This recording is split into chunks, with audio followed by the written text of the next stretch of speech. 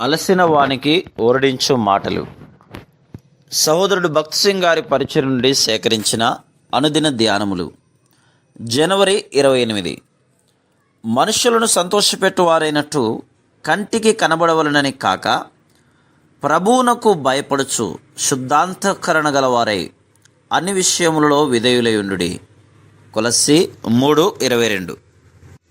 ప్రభువైన యేసుక్రీస్తునందు విశ్వాసులముగా ఇంటిలో కానీ బయట కానీ ఏ పని ఇవ్వబడినను దానిని మనం హృదయపూర్వకంగా చేయవలను.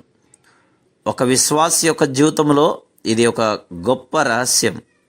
మనం ఏమి చేసినను ఆయన నిమిత్తం మనస్ఫూర్తిగా చేయవలను. కొలస్సీ 3:23. ఒక హాస్పిటల్లో విశ్వాసి అయిన ఒక నర్సు కలదు. ఆమె తన పనిలో ఎంతో నమ్మకంగా ఉండేది. కొంతకాలమైన పిమ్మట ఆమెకు ఒక క్రొత్త వార్డులో డ్యూటీ వేయబడెను. అక్కడ కూడా యథాప్రకారంగా తన పనులను ఖచ్చితముగా మనస్ఫూర్తిగా చేయుచు వార్డులో ఉన్న ప్రతి ఒక్క దానిని ఎంతో క్రమముగా శుభ్రముగా ఉంచెను. ఇదంతయు చూసిన ఒక రోగి వార్డును పర్యవేక్షించుటకు ఎవరు వచ్చున్నారని ఆమెను అడిగాను. ఆమె ఎవరు వచ్చుట్లేదు అని చెప్పాను. అప్పుడు ఆ రోగి, అలాంటప్పుడు ఎందుకు అంత కష్టపడి పని చేయుచున్నావు అనెను. ఆమె ఆ వార్డుకు వచ్చుటకు ముందు ఉన్న నర్సులు ఎవరునూ తమ పనులను ఇంత క్రమంగా నమ్మకంగా చేయలేదని ఫిర్యాదు చేశాను. అప్పుడు ఆమె తాను ఏ మనిషిని సంతోషపెట్టుటకు కాదు కానీ తన రక్షకుడైన యేసుక్రీస్తు ప్రభువును సంతోషపెట్టుటకు పనిచేయుచున్నానని జవాబిచ్చాను. ప్రభు మనకు అప్పగించిన ఏ విధమైన పని అయినను ఇష్టపూర్వకంగా అంగీకరించుటకు మనం నేర్చుకునవలను. 1932 సంవత్సరంలో నేను ప్రభు యొక్క సేవకు సమర్పించుకున్నప్పుడు నేను ఎలాంటి పని, ఆహారము, వాతావరణ పరిస్థితులు లేక ఏ విషయంలోనైనాను స్వంత ఇష్టమును కోరుకొనను.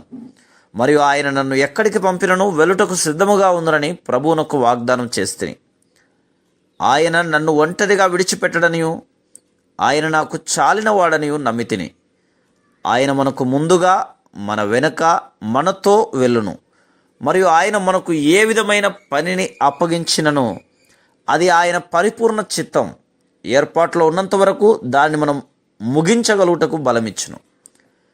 యెరూషలేము ప్రాకారములు కట్టుటలో నెహెమ్యాకు సహాయం చేయుటకు వచ్చిన వారిలో కొందరు అర్హత గల వడ్రంగులు లేక మేస్త్రీలు కాదు కానీ ఆ పని కేవలము దేవుని నుండి వచ్చింది గనక వారు దానిని అంగీకరించిరి.